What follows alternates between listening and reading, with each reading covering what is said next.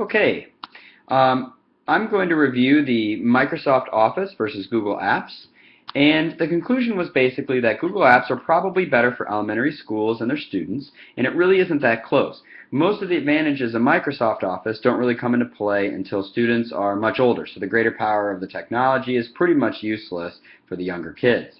Um, Google's App Suite does some amazing things that elementary schools can use in their development of students. They can learn the basic word processing skills, basic spreadsheet skills, basic presentation skills, and they can also use these tools to create the products that demonstrate their learning. One great feature is that students can work on a document simultaneously during class.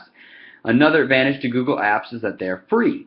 Additionally, Google allows students to have more seamless access to their work, so they're not going to lose their hard drive or their flash drives, USB keys, etc., or they saved it on their own computer. It's also beneficial to store work in the cloud when most students' school work is on shared devices. You don't have to organize it by number, have some kind of process for that. It's also really, really cheap, as in free. Fair points in favor of Microsoft, though. Microsoft has better accessibility tools at this point to work with disabled students if that's something that is of interest. And for older students, the track changes feature is pretty useful if they're doing more complex work that needs to be evaluated throughout their working process. The biggest advantage, though, for Microsoft is that many of the Google apps need the internet to function, and access to internet is limited. Microsoft pointed out that a student can review the video on a school bus. I don't know how many kids watch school-related video content on the school bus, but a significant portion of financially limited kids are still subject to the digital divide issues like no access to the internet, so it is a plus for students to be able to have concrete copies of their work.